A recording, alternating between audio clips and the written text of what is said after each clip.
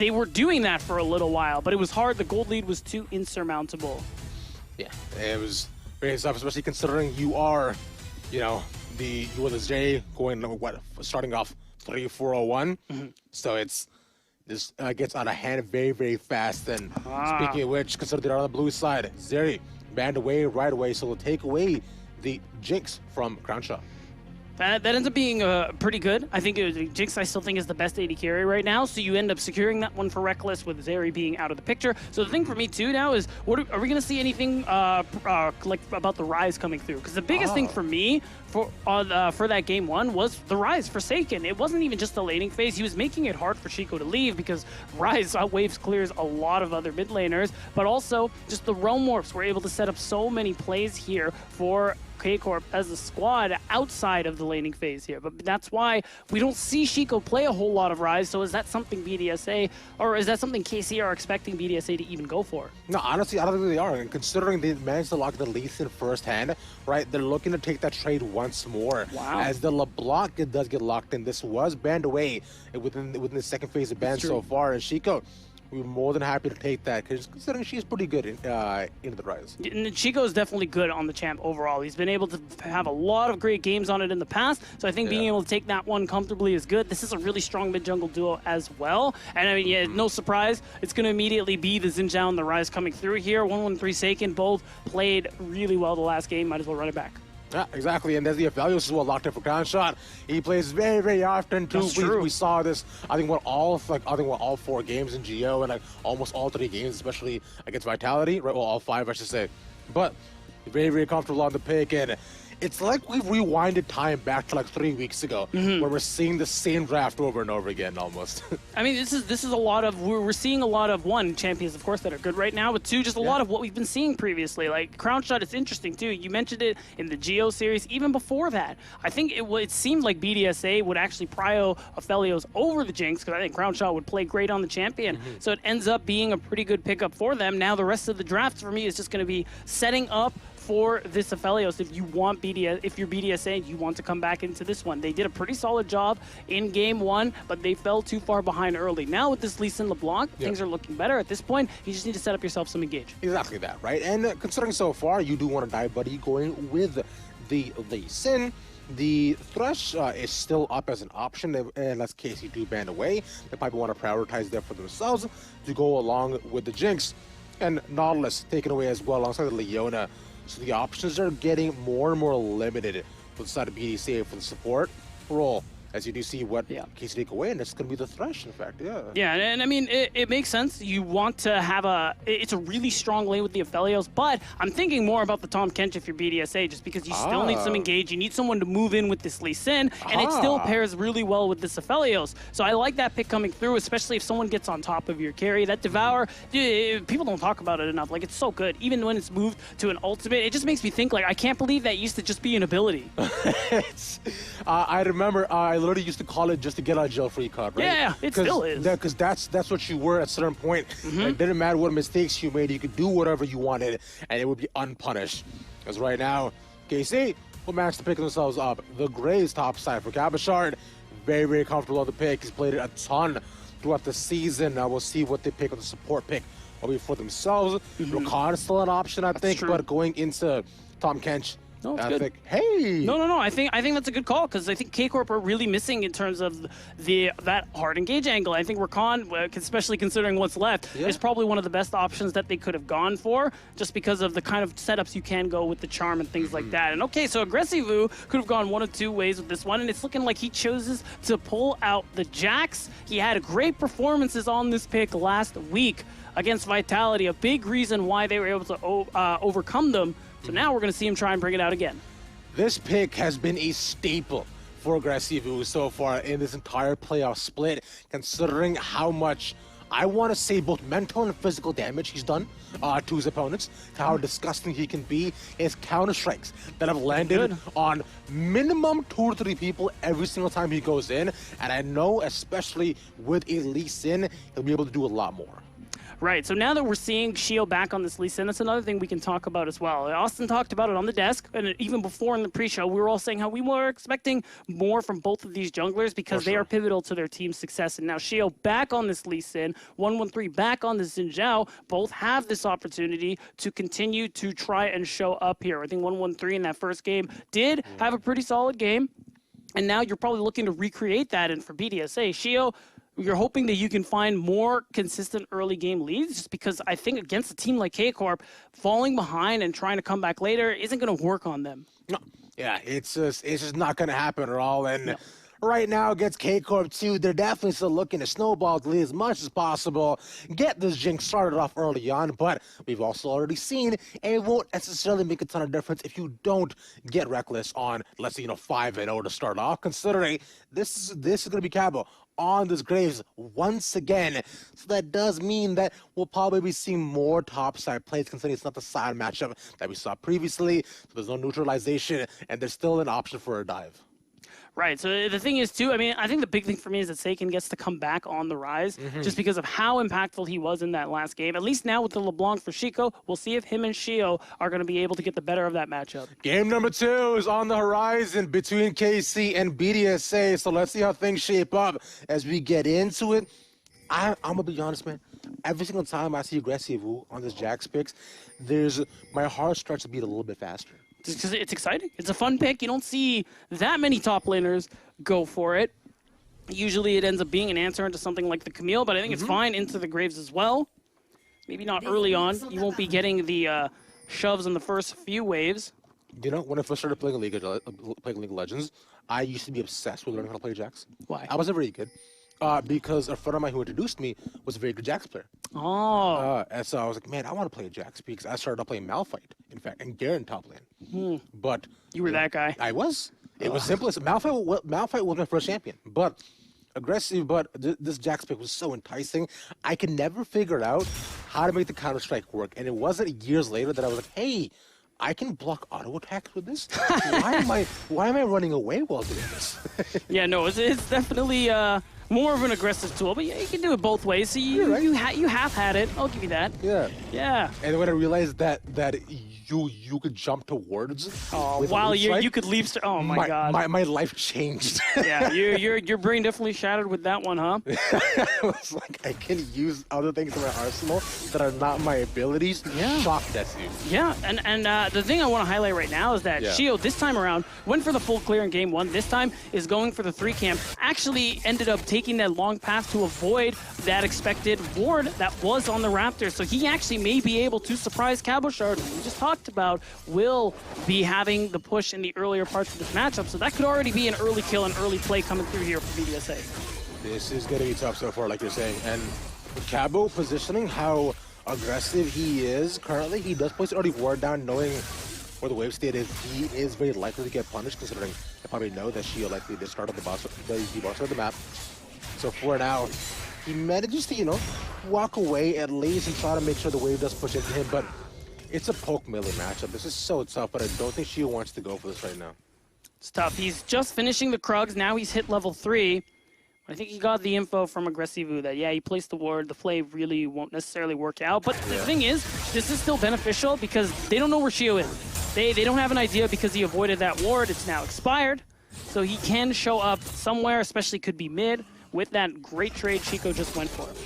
And he knows the Gromp is up as well, so he probably has an inkling that Shio is lucky topside. He gets spotted onto the ward, and they want to get Crown Shot ahead first. The TP's coming in very early on aside of Chico, but 113 has to flash over the wall. The Graviton will land, but Chains will not as he gets away.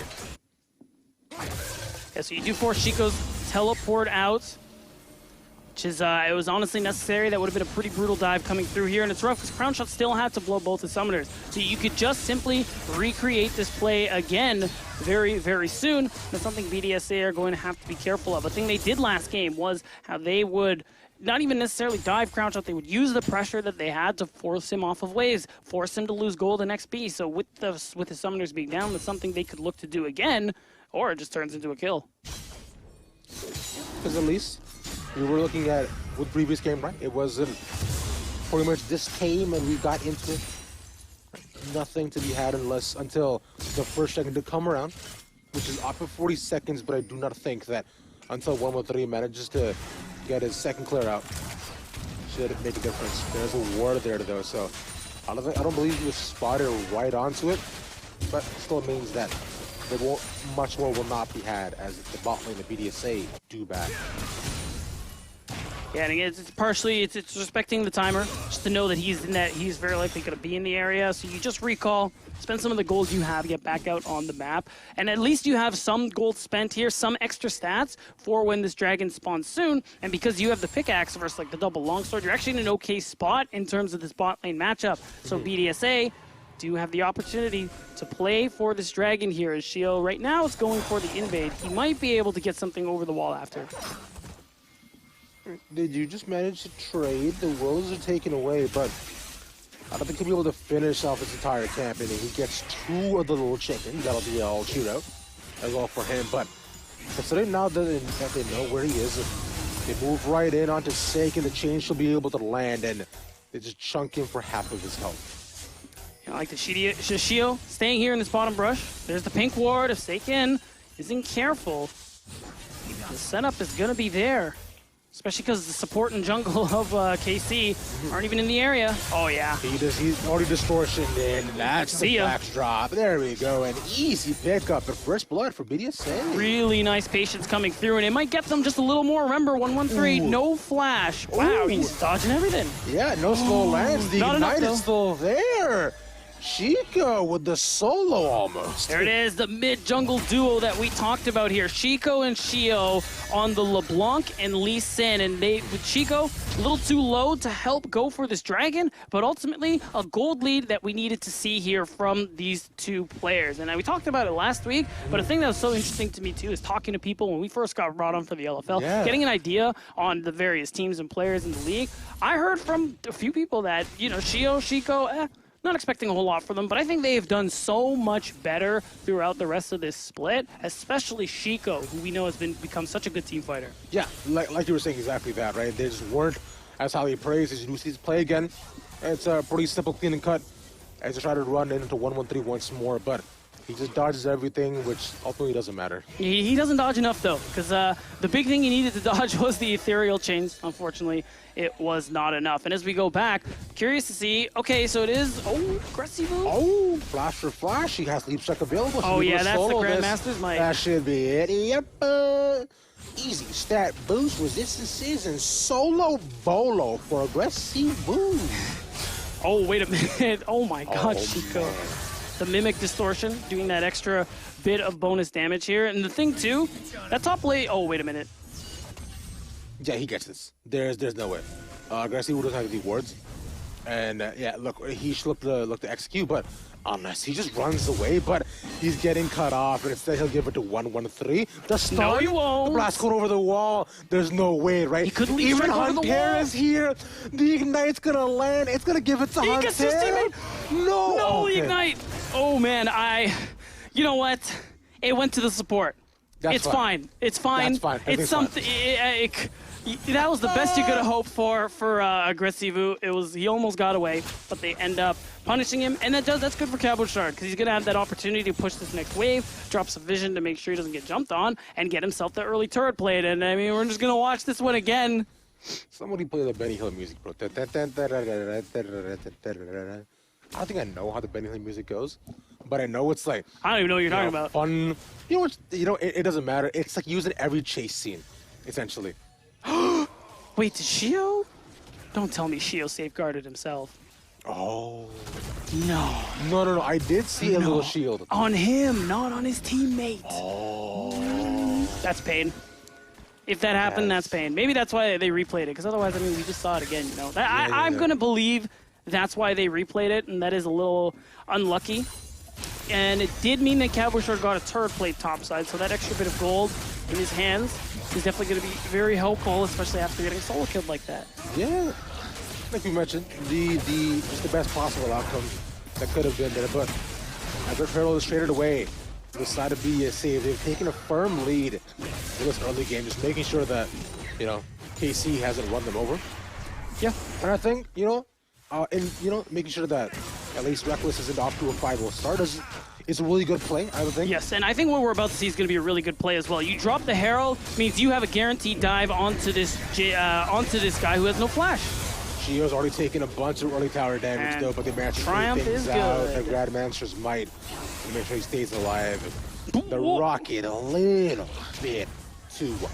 Yep, and honestly, it was really well executed there. You get the roam timer for Chico. Yeah. He's going to be able to recall and TP back to mid lane, so he's not going to lose out on much of that gold either. So you're setting Cabochard behind here and continuing to get gold on to this LeBlanc. And the reason that's so important is that in this later parts of the game, Huntera is the main form of CC, and he's going to be full sending it. That's his whole job in this team comp, right? So when we get around to objective fights, it's going to be Chico, who is already accelerated, getting to these pockets of darkness so that he could set up to just blow up people like Reckless.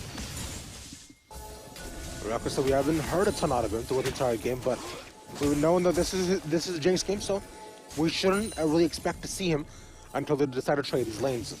But so far, to get referral priority, should probably be on second one, but for the next 7 minutes or so, he'll probably continue following up outside as much as he can. He's managed to accumulate a 6-farm lead, significant, but not much more as Wind does not become like push the pressing guard early on, the kick still lands. 113 should be dead here.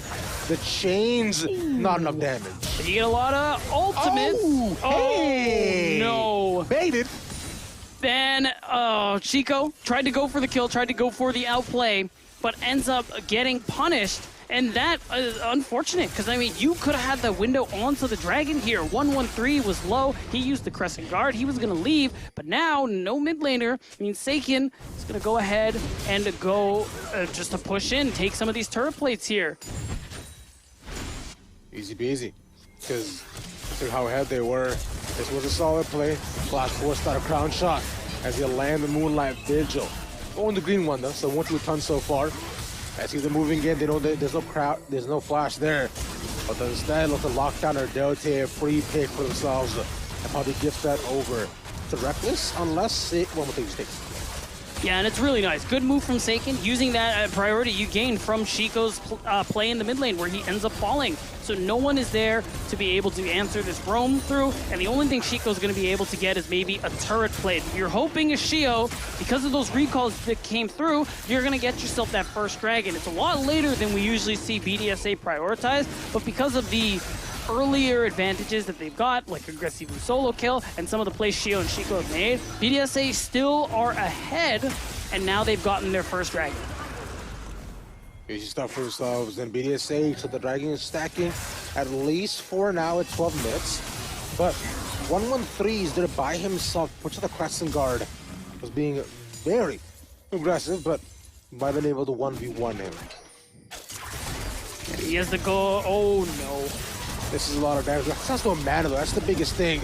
It's trading evenly with Crown Shot. One more rocket should be able to do it. Flashes into range, and it'll be the minigun that takes it. Yeah, really nice solo coming from landing, or getting Crown Shot on the Chompers. That's just more gold onto Reckless. Yeah, he's not 5-0, but now he is 1-0, and is going to get that CS lead. Pick up some turret plates here, and getting this, accelerating this Jinx is about as dangerous as accelerating this LeBlanc. Speaking of, far, yeah. Chico is here. Antera's going to body block him, but Antera shouldn't die, right? Gets the charm, there's a knockup, and he will likely give up his life unless, okay, he managed to shield away to his ADC. Yeah, I mean, Rakan very mobile, despite how squishy he is. And again, it's Chico trying to move, trying to punish, but you end up losing out in the mid lane. That's another plate to Seiken. That's more gold and XP that ends up going to nobody. As, Chico is pressured away from this bottom turret. They still have Redente still roaming around there, with Shia moving down bot side as well with Crown Shot. Surprisingly, so they might look to set up a potential play here near mid, as there are a bunch of pings going over, so they're seeing that maybe if Chico attracts enough attention, they might just want to get bot turret. Yeah, I mean, you are able to go ahead and get a plate. You are able to just go ahead and swap back to your regular lane assignment. So you still are up a small bit if you are BDSA. Again, Chico, of course, on this LeBlanc getting a lead is still a big deal, even with the death he had earlier on. So the thing you're looking for now is once the looting comes through, which you got to imagine is very soon, that's already a good spike for this LeBlanc. Chico is going to be looking for these angles when you start to skirmish and fight as either one of these teams, and you're going to be looking for people like Reckless. You're probably taking a very, very detailed mental note at like, I can't help but notice, Reckless, you don't have a very crucial summoner spell. It's called Flash. You may have heard of it.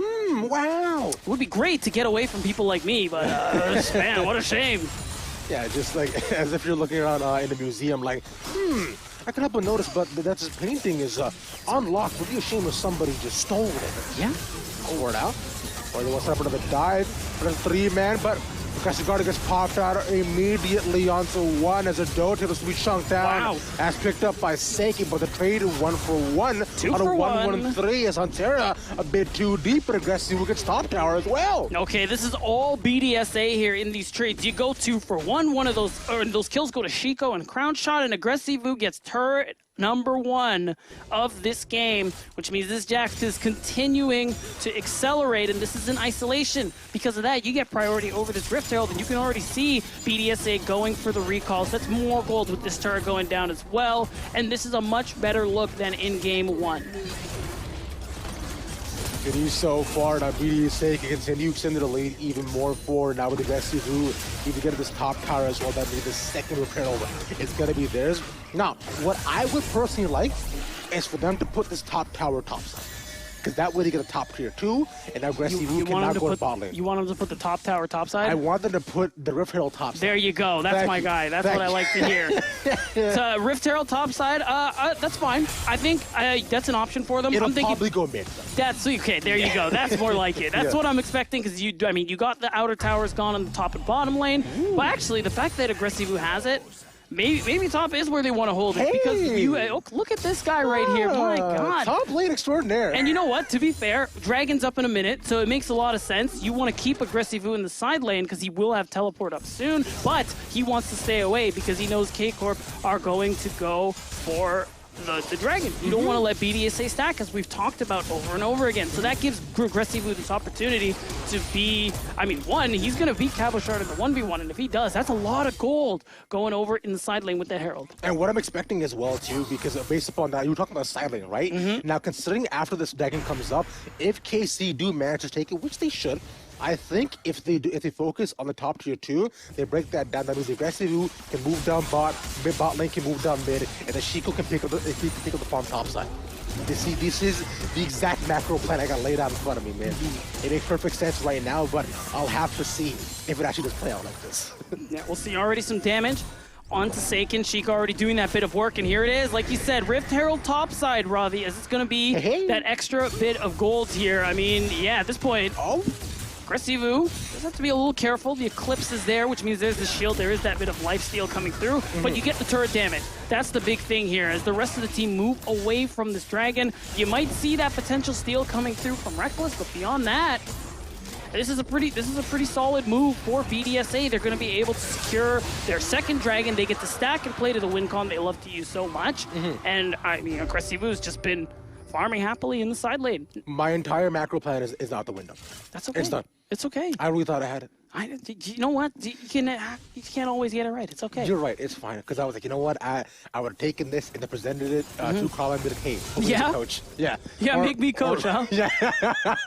Just let me coach, man. But what we got from all that? Yeah, at least it is going to be the Hex Tech Soul as well, which makes it a lot more exciting for both these sides, considering how dangerous it can be. And BDSA now with early Dragon priority also now do mean that KC are forced to fight for the next one. Now, they've left Chico's bot lane for quite a while, and considering they're still managing to maintain the starting pressure and the bot lane being mid, I am thinking that 113 should be looking to pay his respects against Crown Shot and Nerdote sometime soon. Oh, speaking of respect, Seiken says, all right, I'll respect you, Aggressive, but we need the 2v1. Yeah, it gets locked down along with the Everfrost. The counter-strike not going to help much, though, but doesn't have much more mana. Leaf Stripes back and over to 113's loving arms. He tried to flash over the wall. Nerdote would have been there to devour him, but he ends up fail flashing. And it is still a lot of pressure on this top side of the map, which means that you do have this opportunity as Chico to be able to push out this bottom lane, but K-Corp gets to pick up some of the standing gold on the map, because even though K-Corp are behind, remember, every outer turret is up on BDSA side, so a lot of easy gold what they'll be able to pick up for themselves. But as long as BDSA continue to trade, make plays on opposite ends of the map, it won't be as big a deal as, oh, Shio, don't do it. Oh, don't do it, indeed. Oh, my God. He doesn't do it, so it's okay. Yeah, it's fine. But they get at least a material war. Oh, goodbye. Reckless is gone. And that should be Huntera next. Maybe he's ignited down. Moonlight Visual doesn't connect, but just barely. Crown Shot is so far ahead. And it's just all BDSA this game, Ravi. You can see it. It's Chico. This is what we were highlighting here. I mean, he holds on to the chains, and he says, oh, nice try, Reckless. I was waiting for this. And he's like, I can't help but notice you flashed it once again. And it ends up being a really easy kill coming through here. And this is what I mean. Using these angles, using this darkness to make it so simple. There it is. He and Chico, of course, waited. He even flashed just to make sure. Yeah. Like, no, this is point blank. This is a melee range chains. I'm not missing. There's no way he was going to miss that. It's not possible. As though his life depended on it. Yeah. He's going to throw the chains out for him and said, catch this. Yeah, yeah. Hold this for me, would you? I swear it won't hurt you. Shio. He himself has to back away. This is yet again just snowballing off of the early priority. Got my BDS. Oh my God. Yeah, also a little bit late for Gabashard, but yeah. With Chico getting those 2 early kills, and now BDS is allowed to run this map, this LeBlanc pick, which you were assuming would come in, has ultimately and frivolously allowed him to do whatever he wants to. Yeah, it's tough. That's why vision's going to be so very important around these neutral objectives. You got to be able to.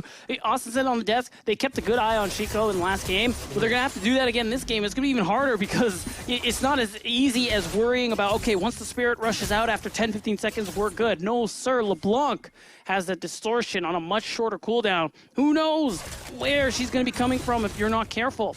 And this is a great position to be in if you're BDSA because, one, you're ahead of the game right now. Crown Shot has hit 2 items, and they're 2 very nice ones as well with that Lord Doms coming through, and it means that BDSA should be good to fight this next dragon, which will be Soul Point. Y'all assume this will be close, but it truly does seem as though if BDSA manages to win this game, then the early, just one early skirmish decides it all. Chico might be in a bit more trouble, because he has to back away, gets a 4th of his health chunk. This is a really interesting play that seems like a fake. I love this. No, they just go ahead and start it. They are going to get noticed by that ward that ended up being placed. So they are going to have to get off it. But I like the call just to see if they're going to be able to sneak this one. Well, there's 1-3. Reckless takes so much damage, and now they see an angle. They want to go in. The Rockets put on a Chico as that's his passive pop. Devour. The Devour is huge as it saves his life. Now Staken himself might be in trouble. The kickback on a Cabo as they get the Sonic Wave onto Huntera. Yeah, and it's great too. While all of this is happening, you have Aggressivu in the side lane again, just being the split-pushing monster. And because he's holding on to that teleport, he just got a lot of gold in his pocket. He's going to be able to recall and teleport just like Chico is doing to shove this bottom wave and set up for this next dragon. BDSA are getting everything they want this game. What I also like a lot as well is that Aggressivu put the Black Cleaver second. Yeah, that's good. He knew that he'd be going up against Cavalshard at 1-1-3 with all the armor they have as well. So this is actually such a Smurf pick, and now Soul Point for BDSA. We've been here before a lot of Beatdown. And I've seen this movie. Okay, to be fair, this isn't like what Vitality did last week where they were letting it go. This has been a really good early game for BDSA, finding these leads so that they're going to be able to secure these dragons very, very easily. And I mean, it is the Hex Tech Soul as well. It's so very powerful. I'm sure Austin is telling Sierra in the back right now about how it clutched them a win against Mirage, because that was honestly the only reason they won. But with that in mind, if they're able to get this, oh my gosh. Okay. It's fine. It's okay. Bad Master's Might. You can fight. He didn't even use it. Oh, you're right. That was a lot of rhymes. Reckless is just chalked down so quickly. Yeah. This is so tough. It's the thing with Shield Bow being not as good now, where it's a lot less fun when you're playing into those assassins that can just pop you like a balloon. Yeah, I don't know. I mean, I still think Jinx is better, but I kind of see what you're getting at overall. But I say build Ezreal and then build Crown. That way you really stay alive, right? Yeah, but then it's like that's like the Negan build for Graves, where you build Shield Bow and Bloodthirster. Yeah, cool, you don't die, but they don't won't die either because your damage is low. It's nothing at all. Yeah, exactly. It becomes so tough. I remember, what was it? I was witnessing a game of a Graves doing exactly this and thinking, okay, it seems like you really want to be ones, but what do you think you're doing here with the Vamp Scepter? Like, you're going to accomplish nothing at all, and you will likely die. It was cool, but it didn't matter. Yeah. Now BDSA, being at the soul point, 3 minutes is going to be a big thing for them. If they secure this soul, they're going to have everything they need to tie the series up 1-1. The lead that they've got going for themselves, you have to imagine it is all but guaranteed. And on KC's side, oh, he finds it right away. Cabo's alive off the back end of it, as Chico gets punished once more. That's a shutdown for Crowd, and that's a shutdown for Reckless as well, but he's looking for another normal resets to come in, but that is a very nice pick for KC. Yeah, it is. You end up catching out Chico, who was very, very close to taking out Cabochard, but he doesn't end up getting it done, and you see KC start to pull the trigger here. That's 25 seconds without this LeBlanc, who doesn't have TP. You could go for a Baron angle if you want to. You have the 5 versus 4, but right now... Aggressive is it. He gets knocked out to the TP in the back as well to try to punish him, but he's not able to be caught so far. A flash is 1-1-3. The Crescent Guard is out, and he saved it about once. The Hunter gets kicked back into the team, and he's now dead. Adote and Akasha still managed to stay alive, but all that away from the Rockets will force them back. That should be the mid-tier 1 for KC. Yeah, that's a bit of an overextension there from BDSA. I mean, you didn't have the numbers. Once Cabochard TP'd and you were able to use that Devour to save Crown Shot, you just walk away. You're happy with that. Yeah. But they tried to go a little further, reach a little farther. They do end up giving away more gold over to Reckless, who's going to be a big carry in this late game on this Jinx. So allowing him to catch up is not a good thing for BDSA. They're still up 3K gold. But the thing you have to worry about is kind of what I was highlighting last game, where yes, you're ahead, but also, if Jinx is equal to your 80 carry in terms of itemization, you're always in a little bit of danger. Are you really ahead? That's the question. Yeah. But there we go. The IE is popped up, but Shield looks to move in. This is a free Baron taken by them because they cast them off to resets. A beautiful call by BDSA, who will finally get their Baron. Yeah, and that's going to be just allowing them to get back into a stronger lead here with the extra gold you get. It's going to be really great for Aggressive, especially who's just been split pushing like a madman. And it's so hard because you're going to require a few people to deal with this Jax right now, who's 3 items working on 4. That means, especially with what looks like a GA being built, you're going to need to commit so much resources, and that will open BDSA to be able to do more on the other side of the map here. But the other side of the map's not important right now. We're 45 seconds away from BDSA's potential soul. They don't have to fight this, and getting Chico here is beautiful. A really nice pickoff that also means that Aggressive has to try to get the split push, but with him being matched to the bot side, means that he will have to back away as Cabochard is there. Yeah, it's tough because now they can, oh man, many people are going to be able to move on to him. You can already see his ping's coming through. They want to commit the Realm Warp. He is silenced, but the 2v1's possible, but him being caught up by himself, he wants to trade one back up to Cabo. He gets the solo against 4. Aggressive, you animal. Okay, so this is tough. You still, okay, you get 1 here, but you still end up going down. It's going to be an easy dragon setup here. I don't think anyone's going to be able to steal it. BDSA, though, they want the fight after. KC had to run away from this. They know they can't fight this TP in. Like you said, they have to try to get out alive, but if they lose out or gets ace here, potentially this could be so much more. There's already minions by the mid-tier 2, but they're stuck beat down. There's nowhere to go. That's right, and Chico, a lot of damage already coming through here, but because he wasn't able to get any immediate pops, it will actually allow KC to walk away. So KC get a dragon, they delay the soul, they keep themselves in the game, and the lead now has been once again reduced to about 3,000. You said it, Reckless has the IE built up. He's actually ahead of Crown Shot in itemization. So the damage coming through from this Jinx is going to be impactful, and it makes it even more important for Chico to be able to deal with Reckless. But you can see it. KC, they're really clumping up around these objective fights because as soon as Chico shows up, things like the Rune Prism, the quickness from Huntera are making it really hard to get onto someone like Reckless. Because for now, though, like you were saying, with they managed to stay safe, but they have caught a Huntera early on quite a fair bit at the beginning of 5v5s. We saw his last game as well. And with him right now, you know, it's going to be tough. We're talking about how safe their con is, but he hasn't managed to exactly stay safe. But all of KC currently topside. Probably going to set up around, you know, just get some vision here and maybe punish aggressive, but they're pretty much clumped up at score. Yep. Again, Chico's in the side lane and the bottom lane now, shoving pretty big wave. So you got to be careful if you're BDSA. You know Chico doesn't have teleport if you're KC, so they're looking for the angle. They're wishing that you would disrespect them just a little bit here.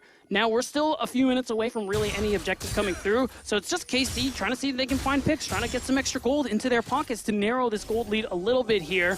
You can see it, man. They're just constantly moving as this 4 unit. Oh, goodbye. Oh, that was tragic. That's a free pickoff. Now, Dote should be next, but again, like you were saying, this is a couple of minutes before any big objective comes up. Ashiko's the next target. He wants to get under the tower, and they cannot burst him down. Yeah, so he will be able to walk away, but you get 2 easy picks there, and you're definitely you're thinking to yourself, your crowds are like, why are they there with nothing to fight for? But it's gold. That's the big thing here, and it's more gold into the key carries of K-Corp.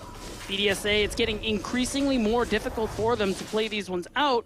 As we're really starting to see here, you really have to respect these bush plays coming from KC, because in a few minutes, if they happen again, it can cost you a lot more. It can cost you a Dragon, a Baron, and suddenly you're behind in a game you've been leading the entire time. The next 90 seconds, we're going to decide potentially if BDSA will get their soul or if Carmine will pull this game back into their own side. And BDSA being so far ahead for so long, they're looking for possible angles. They don't want to fight 5v5. And with how strong aggressive it can be, KC want to avoid that at all costs. This Jax is a menace currently. He has GA as well. He does. This 4 items. He is incredibly strong right now. The problem is that you do definitely want him more in these 1v1 situations. We've seen aggressive in the team fights go insane with these multi-man counter strikes. That's what you're probably hoping for in the 5v5. But right now, there isn't any 5v5 action just yet. It's going to be BDSA staying very safe, as Aggressive is just going to continue shoving out the side lane here, taking away whatever camps he can. I like that Chico's actually with him now, because you have a little bit of extra time. Because if someone comes on their own to match Aggressive, or even 2 people, soul laners of BDSA, very, very strong.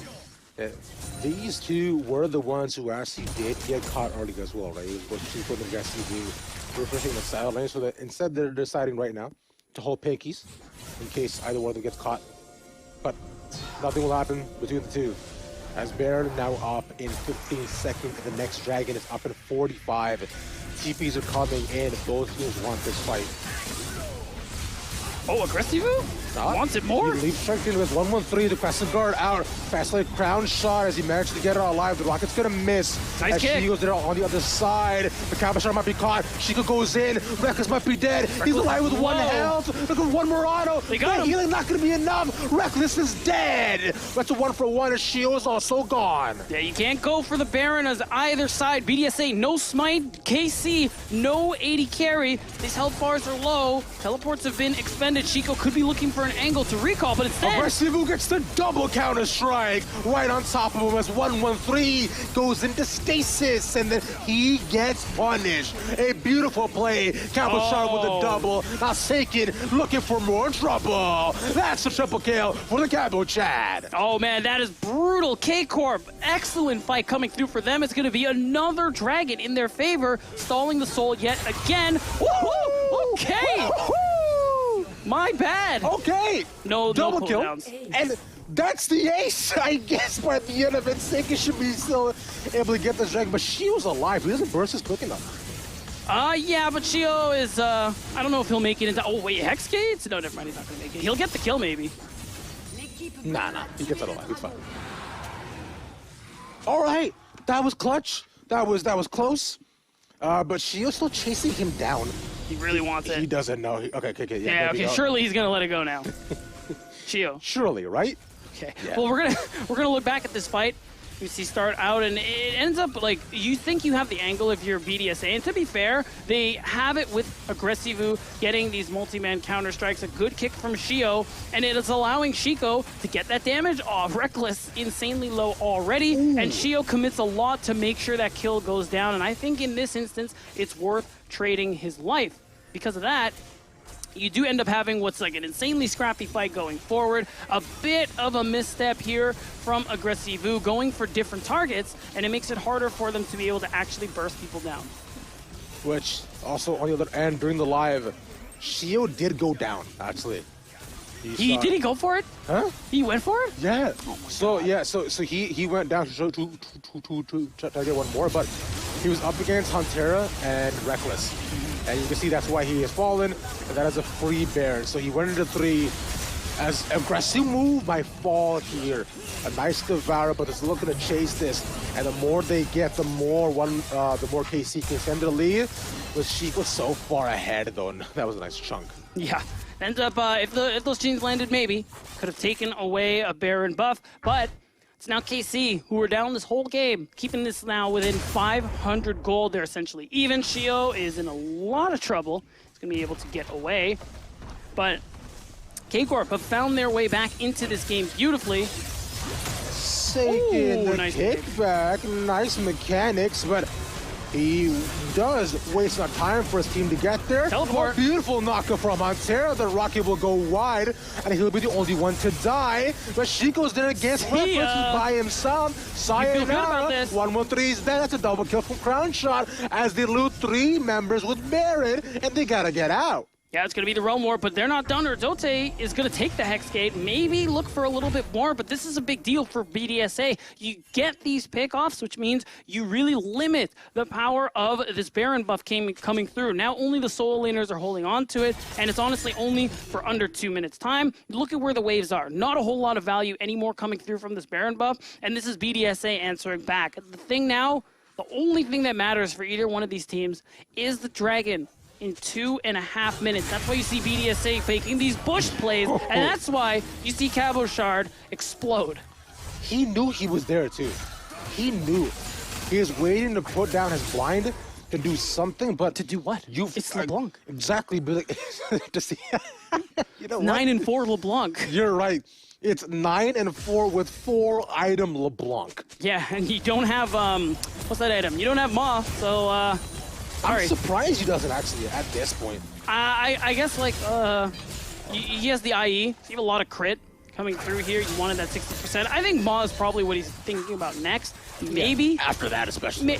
Yeah, he's there like you know what? Let me just go ahead and buy that Hex Trigger. Or you know what, bro? The most Smurf play. Don't say Force of Nature. Force of Nature. God, it's for one person. That would be. If it was double AP solo laners, you could convince me. Okay. But as it is now, nah, I don't think that's. Fine. Whip's End. How about that? I mean, Ma would probably just be better because of the shield, you know. Yeah. And it's actually like not bad now. I've been attack speed Graves, right? Yeah. But nonetheless, total damage by the way by Shiko is unsurprising. He's just again 9 and 4. The death cap is coming through. I think he's building Shadow Flame next. My man has popped so many people, he's playing Balloons Tower Defense. Yeah, true. Okay, but now we have a fight. Huntera stuck by himself, but Aggressive should be able to get this kill pretty easily as he trades support for support as Huntera actually, never mind, stays alive, manages to hop over. That's a GA pop. Kendo also gets popped, a nice Moonlight Vigil, and now suddenly Aggressive. He's fine. The rocket, the trade back, and Crown Shot now. Next target. Whoa, Seiken, what are we doing? He goes golden. He wants to try to get out of there, but he will most definitely die. What is this fight? What's happening? Like, that's the next what BDSA. Can they end the game? I was going to say, I'll tell you what's happening. The game is over. BDSA, they win the fight, which was more of a skirmish. And look at these spawn timers. We're 38 minutes in. Shio says, no problem. I'm tanking these turrets all day long. No BDSA tied the series. Yes, there's a way. I was going to say, there's no wave, but it doesn't matter because Shio has a safeguard. Bro, what was that? That was so confusing. But they get the final fight and things work out in their favor. Two just really unfortunate endgame plays by Carmine cost them what could have been a